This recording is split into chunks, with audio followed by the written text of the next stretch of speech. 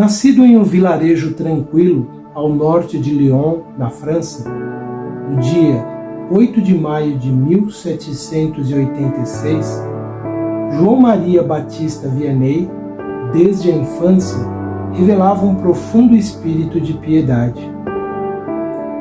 Filho de Mateus e Maria, ele foi o quarto de 7 irmãos, e sua devoção à oração e à igreja era notável desde cedo.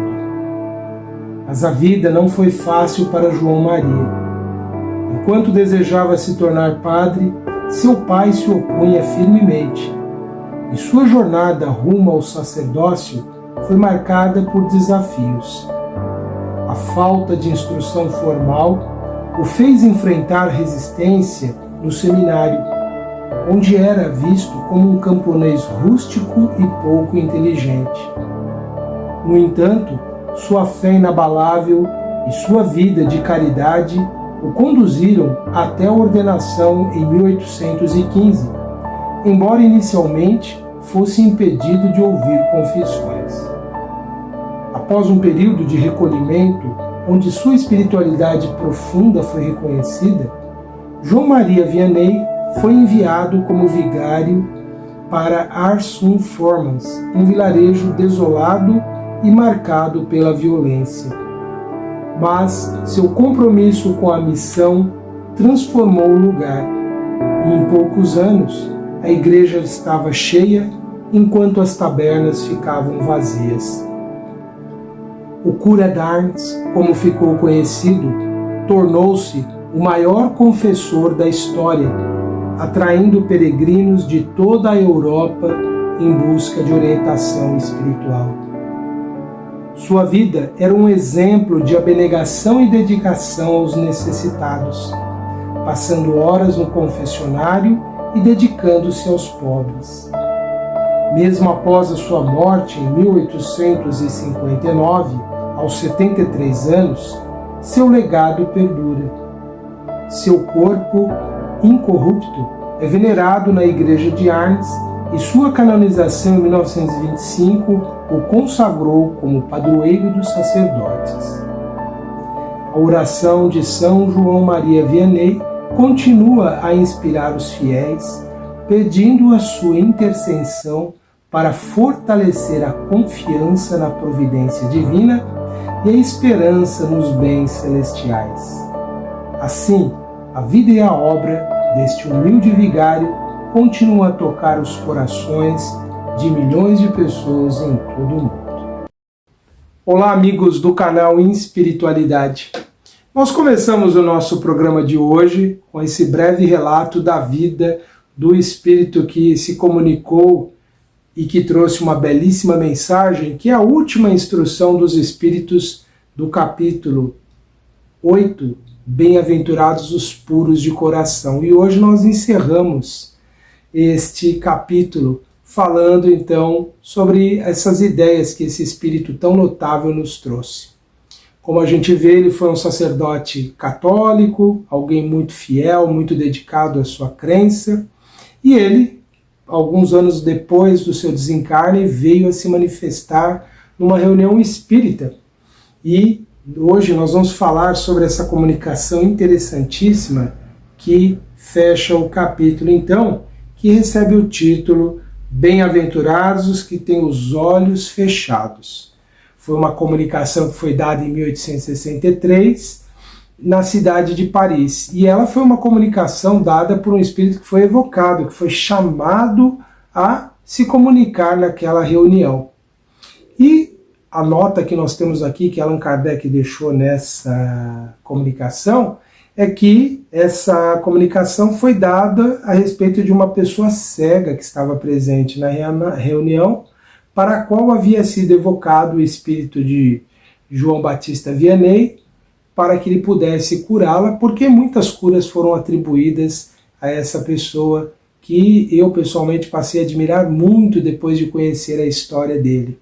Ele mostra uma pessoa de grande fé pela firmeza que ele teve em buscar a realização do seu sonho. Vocês viram pelas informações que eu li no começo que ele foi alguém que o pai era contra a vocação que ele tinha de se tornar sacerdote, as pessoas do seu meio não achavam ele intelectualmente capaz, mas a sua humildade, a sua firmeza na busca do seu objetivo tornou ele uma pessoa tão respeitável que passaram a reconhecê-lo. Isso é um dos grandes exemplos, e isso consolida, mostra quanto a fé pode produzir na vida de alguém quando ele confia realmente em Deus e naquilo que está reservado, né? Eu vou ler essa mensagem porque ela tem muitos pontos importantes para a gente analisar, tá bom? Eu sugiro então que quem queira acompanhar fazendo a leitura, pegue aí, faça uma pausa no vídeo agora, pegue o seu Evangelho segundo o Espiritismo, abra lá na última instrução dos Espíritos, no capítulo 8. Bom, ele diz assim, olha, meus bons amigos, por que me chamastes? Para que eu lhe imponha as mãos sobre esta pobre sofredora que aqui está e a cure? Ah, que sofrimento, bom Deus! Perdeu a vista e as trevas se fizeram para ela. Pobre criança, que ore e espere. Eu não sei fazer milagres sem a vontade do bom Deus. Aqui o Espírito então reconhece claramente que tudo que é feito em termos de cura depende sempre da divindade, depende sempre de Deus, ou seja, depende das leis divinas se elas são favoráveis a este fato. A cura, como nós vamos ver aqui mais para frente aqui, para aquele que a recebe, muitas vezes pode não representar um bem para o ponto de vista espiritual da vida. Muitas pessoas que não têm essa compreensão da vida acham extremamente difícil aceitar isso. Como ter uma limitação pode ser algo bom? Mas temos aprendido com os espíritos que, na verdade, os obstáculos, os impedimentos, as doenças, tudo surge na nossa caminhada com um objetivo, que é nos impulsionar na evolução, nos tornando pessoas cada vez melhores em muitos aspectos da vida. E ele vai reconhecer aqui na mensagem que todas as curas que ele produziu enquanto encarnado, e nós sabemos que ele agiu como médium, né? Como alguém que transmitia do mundo espiritual os fluidos salutares, reparadores do organismo das pessoas que ele atendeu, estava sempre submetida a essa vontade soberana da divindade. E ele fala assim, olha, e continua na mensagem assim, todas as curas que obtive e que conheceis, não as atribuais, senão a aquele que é o Pai de todos nós. Nas vossas aflições, voltai sempre os vossos olhos para o céu e dizei do fundo do vosso coração, meu Pai, curai-me, mas fazei que a minha alma doente seja curada antes das enfermidades do corpo, e que minha carne seja castigada, se necessário, para que minha alma se eleve para vós com a brancura que possuía quando a criastes. Aqui o Espírito traz a ideia, né, de que o Espírito, quando é criado por Deus, ele não tem nada que o manche. Certamente ele já tinha se despojado dessa ideia, né, que muitos cristãos até hoje conservam, de que nós carregamos uma impureza, ou carregamos o pecado original, cometido lá por Adão e Eva, né, por terem contrariado um mandamento de Deus que proibia comerem a árvore do fruto da vida ali no paraíso. Nós sabemos que toda essa história, na verdade, é um grande mito para representar uma realidade espiritual muito mais profunda e não um fato histórico, um fato real. Mas o que ele está dizendo aqui, né?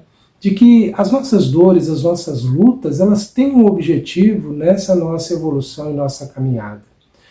No início da nossa origem, né, lá nos primórdios, quando Deus nos cria, nós não temos nada que nos consideremos assim culpados de nada, somos absolutamente inocentes.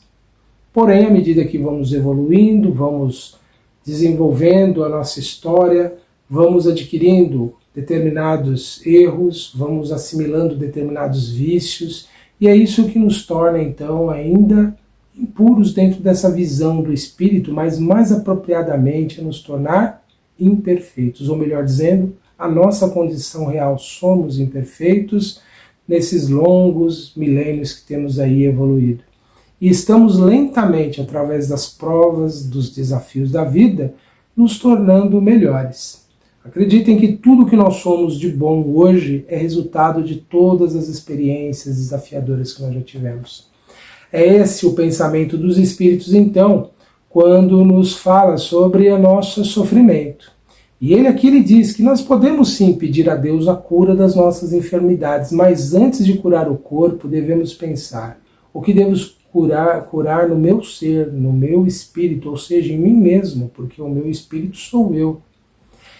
Então ele, colocando dessa forma, nos indica que devemos buscar a cura do corpo, mas antes buscar a cura dos nossos pensamentos, emoções, sentimentos, ou seja, a nossa cura verdadeira, profunda.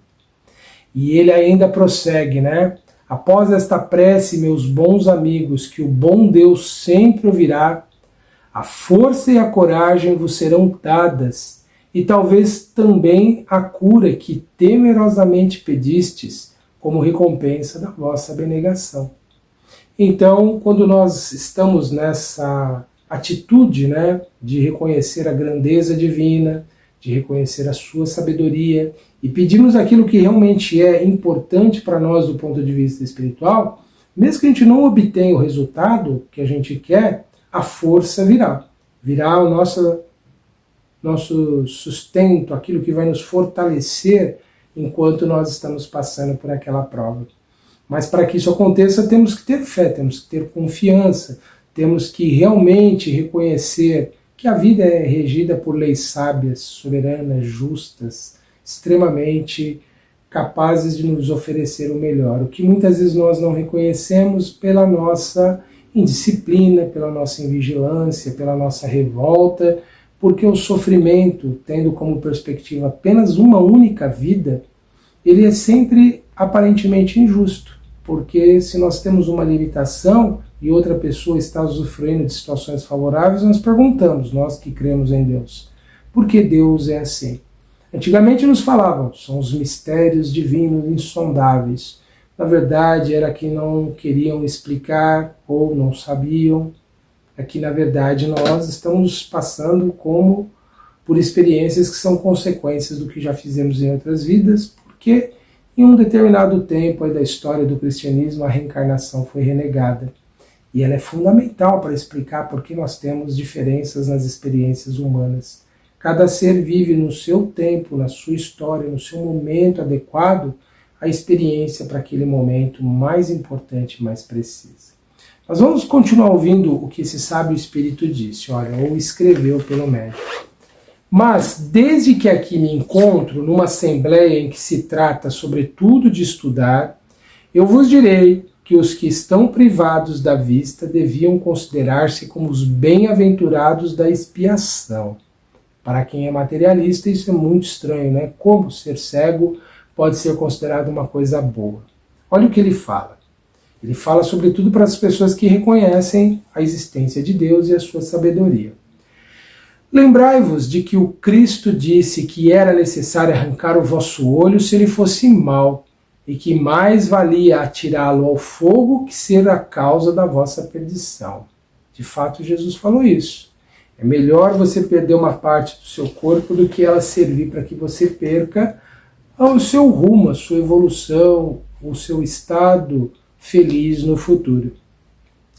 Então, quando Jesus colocou isso num sentido bem figurado, ele não mandou ninguém se mutilar, ele não disse isso, ele usou uma expressão forte, impactante, para chamar a atenção das pessoas sobre o valor maior, o que é mais importante na vida.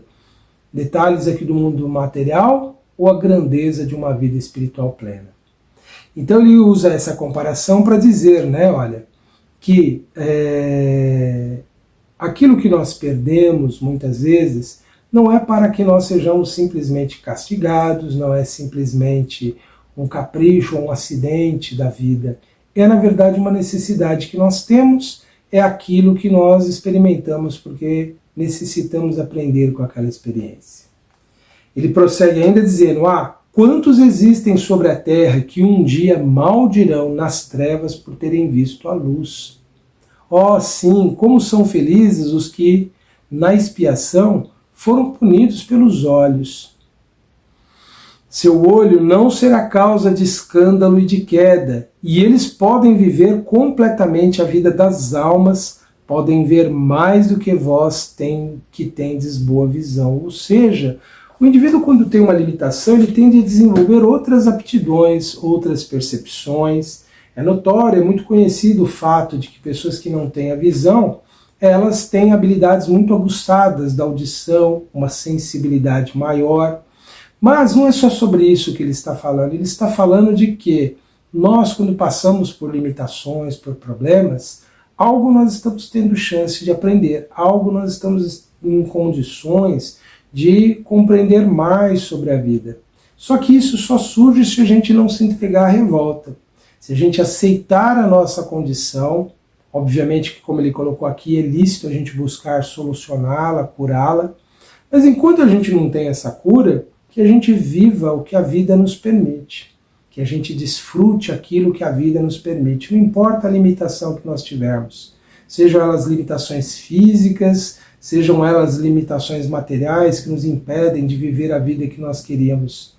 Nós podemos ser felizes sempre com o que nós temos. É sempre uma postura que a gente pode assumir. A gente pode realmente, diante dos obstáculos, dos impedimentos, das lutas, das dores, ficar reclamando, xingando, falando, amaldiçoando a vida, culpando os outros, negando a grandeza da vida, mas se a gente for capaz de reconhecer o que há de bom nela, mesmo que limitada, nós estaremos numa atitude muito mais favorável para encontrar, às vezes, até a cura ou a solução do problema que a gente está vivendo, que nem sempre a gente percebe devido à nossa irritação, à nossa indisciplina. Ele ainda prossegue dizendo assim, olha, ó sim, como são os felizes o que? Na expiação foram punidos pelos olhos, já li, né? Seu olho não será causa de escândalo e de queda, e eles podem viver completamente a vida das almas, podem ver mais do que vós que tendes boa visão. Quando Deus me permite abrir as pálpebras de alguns desses, é no sentido figurado, né? Porque a visão não é só porque a pálpebra está fechada, a falta de visão, né? Ele usa essa expressão no sentido figurado, né? Ou seja, quando ele restitui a visão a alguém e devolvê-los à luz, digo a mim mesmo, alma querida, por que não conheces todas as delícias do Espírito que vive de contemplação e de amor? Então não pedirias para ver as imagens menos puras e menos suaves que aquelas que podes entrever na tua cegueira. Olha que interessante, né? Ele mesmo, como um agente divino no cumprimento do dever de restabelecer e curar as pessoas, se pergunta por que a pessoa não se adaptou àquilo, por que ela não aceitou talvez uma experiência que poderia ser muito mais enriquecedora. Para nós aqui na Terra é muito estranho ouvir esse tipo de afirmação, né?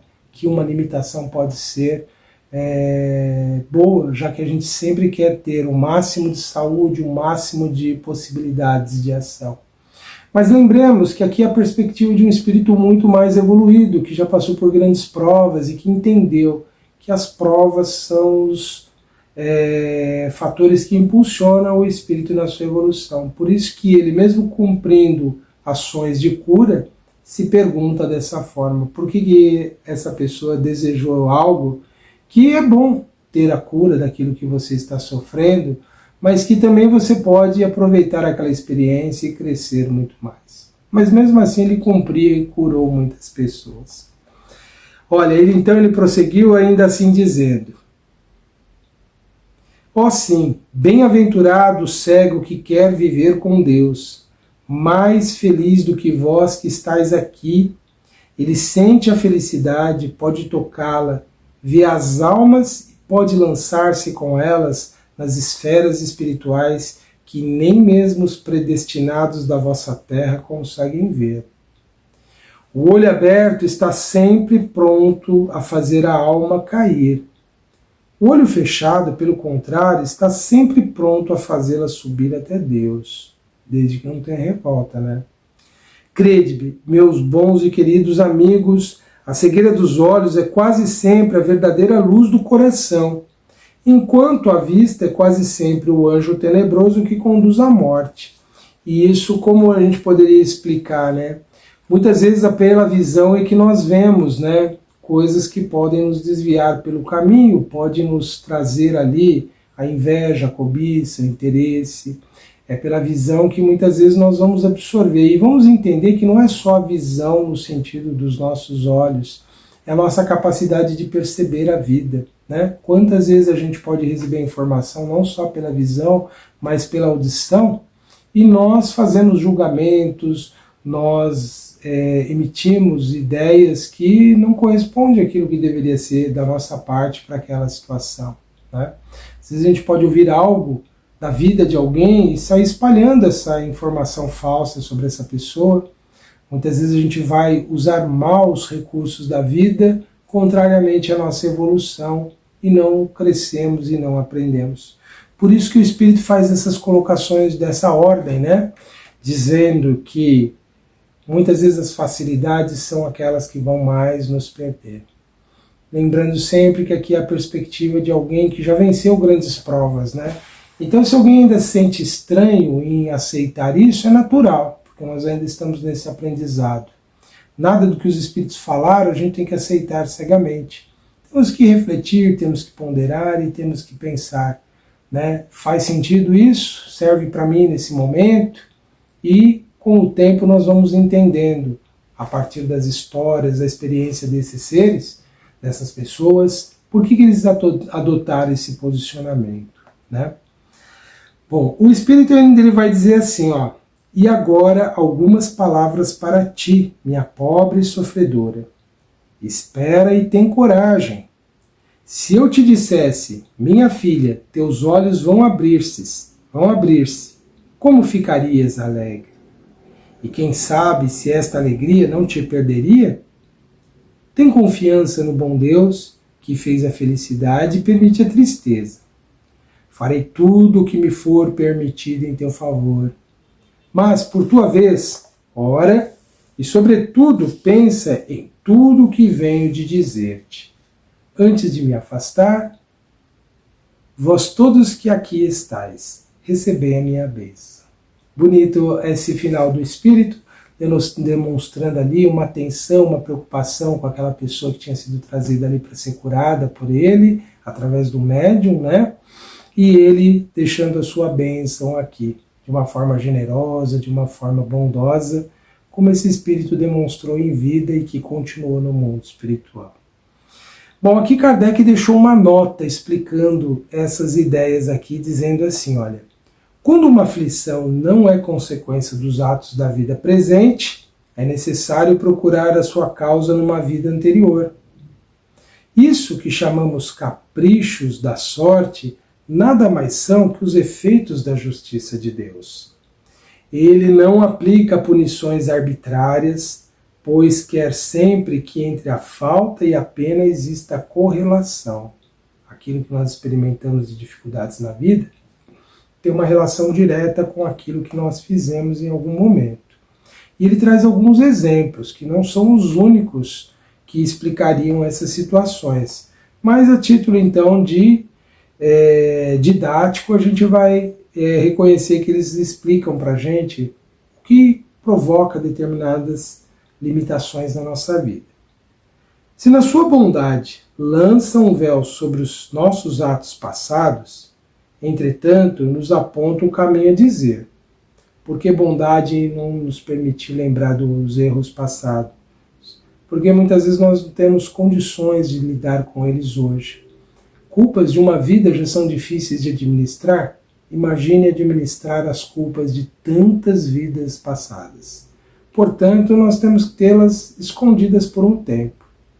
Eu penso que quando nós aprendemos a amar de verdade os outros, assim como passaremos a amar nós mesmos, nós teremos tanta compaixão, tanta misericórdia dentro de nós, tanta aceitação da fragilidade humana, de errar, que nós seremos capazes de nos perdoar a nós mesmos e perdoar o próximo.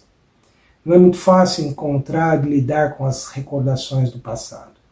Quando excepcionalmente a espiritualidade nos permite entrever alguma coisa desse passado, não é muito confortável, não é muito bonito de se ver, porque nós ainda não desenvolvemos essa compaixão profunda pelo outro e que pode ser aplicada a nós. Por isso que nós não podemos ver.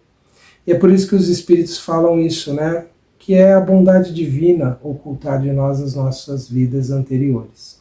Mas fica aqui a explicação. Tudo o que a gente vive tem relação com o que nós já fizemos. Olha só. Quem matou pela espada perecerá. Foi Jesus que falou isso. Lei de ação e reação, quando Pedro desembaiou a sua espada para ferir, né, o soldado Malco que estava ali a serviço do templo para prender Jesus no horto. E aí Jesus falou para Pedro, Pedro, guarda isso, né, porque quem vive pela espada perecerá. Ou seja, o que nós criamos na nossa vida, nós atraímos para nós. Então, é muito claro que as provas que hoje a gente passa foram atraídas por nós. E ele prossegue assim, olha,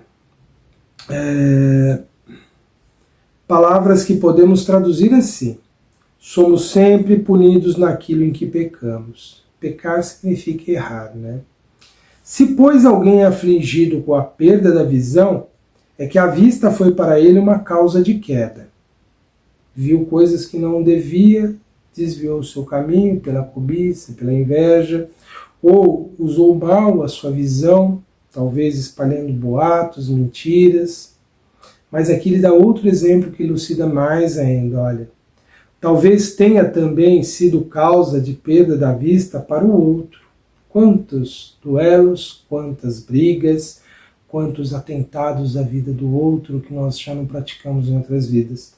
Quando a gente estuda os atos, né, que foram praticados por nós nas vidas passadas, através da história, quanta crueldade foi praticada, quanta dureza de coração, quanto as pessoas passaram por dores causadas ali muitas vezes por caprichos de senhores sobre os seus servos, sobre os seus escravizados ou escravos, né, que eram punidos às vezes de forma tão violenta.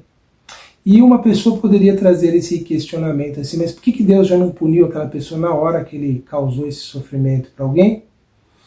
Porque a dor, ela não pode vir em qualquer momento da vida. Ela tem que vir no momento que nós somos sensíveis a vivenciá-la. Pessoas que se forem punidas imediatamente, aquela dor não repercute nela como oportunidade de crescimento. Ela precisa evoluir um pouco mais, desenvolver a sua sensibilidade para daí passar pela prova e aí experimentar as consequências dos seus erros. Porque aí ela está espiritualmente madura para compreender aquela experiência no seu íntimo, como espírito. Por isso que há provas que podem, ou expiações que podem levar muitas vidas até acontecerem para nós. Porque nós só vamos passar nas experiências decisivas da nossa evolução quando nós estivermos realmente amadurecidos espiritualmente. Por isso que as provas não vêm tão imediatamente quanto as pessoas gostariam. Por isso que as punições, entre aspas, não são enviadas por Deus, porque ainda precisamos evoluir mais, aprender mais, para daí sim, passando por elas, aprender o que elas podem nos ensinar. Ele ainda dá outro exemplo, olha, pode alguém ter ficado cego pelo excesso de trabalho que lhe impôs, ou ainda em consequência de maus tratos, de falta de cuidados e por aí vai. Há tantas histórias assim trágicas, né, de pessoas que foram agredidas e que perderam a visão. Como esses agressores passarão a entender isso, né, o respeito que nós temos que ter pela integridade física da visão de alguém. Como eles poderão saber todas as lutas, todas as dores que a maldade, a dureza deles provocaram em alguém, vivenciando a experiência, né? E as pessoas falam, então Deus é assim, cobra implacavelmente? Não. Na verdade, se a gente aprendesse a amar antes, se a gente tivesse arrependimento, reparação e desejo de corrigir os nossos erros, se a gente amasse muito, como Pedro escreveu em sua carta, nós poderíamos cobrir uma multidão dos nossos erros. O problema é que demora para a gente aprender a amar, demora para a gente entender essas questões, e a gente está sempre adiando, porque a gente está sempre se justificando por que a gente não é mais compreensivo, por que a gente não é mais compassivo, mais piedoso, mais fraterno com o próximo. A lei divina nos dá a possibilidade de ficar adiando essas realizações, mas em algum momento ela vai ter que nos despertar. E aí é que vem a dor que nos faz, como espíritos, repensar toda a nossa evolução. Bom, e aí ele prossegue assim dizendo, né? E então sofre a pena de talião, ou seja, a lei de que nós vamos passar por aquilo que produzimos no outro. Por que nós não podemos exercer essa lei? Alguém diria assim, então se é assim, nós já poderíamos começar a punir as pessoas agora. Na verdade, a gente não pode usar esse princípio da lei de Talião porque nós não sabemos em que estágio o indivíduo se encontra. Por isso que nós não podemos puni-los dessa forma. Podemos sim aplicar o que a nossa legislação prevê como as penas que têm caráter educativo, de reparação, fazer o indivíduo pela perda da liberdade, mas nós não poderíamos punir alguém que feriu alguém no rosto, ferindo ele no rosto. Nós não sabemos se essa agressão poderia intensificar nesse indivíduo ainda mais a sua agressividade, instigá-lo ainda mais o ódio, o rancor. Por isso que nós não podemos praticar a lei de Talião, embora ela seja a base da lei divina, que dá a cada um segundo as suas obras, as suas realizações. E aí ele prossegue concluindo essa belíssima comunicação. Ele mesmo, no seu arrependimento, pode ter escolhido esta expiação, aplicando a si próprio estas palavras de Jesus: se vosso olho for motivo de escândalo, arrancai-o. Eu convido então agora, nesses instantes, para a nossa prece de agradecimento, de reconhecimento da grandeza das leis divinas, tão sábias, Pai. Que possamos, com esse entendimento, reconhecer a nossa experiência atual como extremamente valiosa para o nosso crescimento, Senhor. Nós sabemos, Senhor da vida, que tudo que nos acontece está submetido a esse conjunto tão harmonioso e preciso, fruto da vossa inteligência perfeita,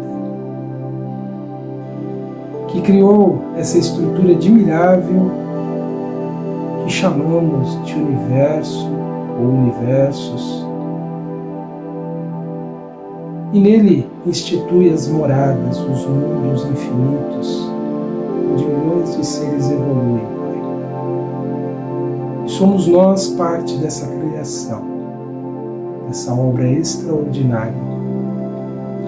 E reconhecemos, Senhor, como parte importante dessa criação tão amorosa, tão perfeita. E se podemos pedir algo, Senhor, diante de tudo que temos recebido, pedimos que o Senhor nos dê a força para prosseguirmos nossas jornadas com fé, com confiança, sem esmorecer, descobrindo em nós as forças que se encontram ainda adormecidas e que nos cabem despertar. Que possamos reconhecer a vossa presença amorosa e sábia em tudo que se passa, em tudo que acontece. Que nada escapa ao vosso amor, que dá a cada um segundo as suas obras. Por isso, Senhor, nós pedimos que os nossos irmãos que estão passando por provas mais desafiadoras que as nossas, que eles possam encontrar também essa força, Senhor. Esse estímulo, essa inspiração amorosa que os Espíritos benfeitores nos dirigem frequentemente, nos estimulando, nos apoiando em nossas realizações, nos guiando nos caminhos do mundo para que acertemos todos os dias. Pai de infinita misericórdia, nós pedimos que o Senhor possa tocar o coração de todos os nossos irmãos que ainda se encontram revoltados, irritados, aflitos, angustiados, inconformados com suas experiências, que eles possam receber um bálsamo que amenize as suas dores, que os ajudem a perceber o que há de bom em torno de suas vidas, que se sintam motivados a prosseguirem, lutando e vencendo os obstáculos da vida. Pelos nossos irmãos que nos acompanham semanalmente, nós também pedimos, Pai, que o Senhor possa abençoar a cada um deles, nos envolvendo em paz, em esperança, em confiança, lhes dando as forças necessárias para prosseguirem em suas jornadas. E por fim, Senhor, queremos apenas agradecer por tudo que o Senhor nos dá, por tudo que o Senhor permite que aconteça conosco. Nosso obrigado, Pai, por tudo, e reconhecemos que o vosso amor nunca nos desamparou. Que assim seja, Senhor, graças te damos. Meus amigos, terminamos aqui este episódio, encerramos esse capítulo e no próximo programa nós damos continuidade a esse estudo, trazendo as ideias, as reflexões que esses espíritos tão amorosos nos trouxeram.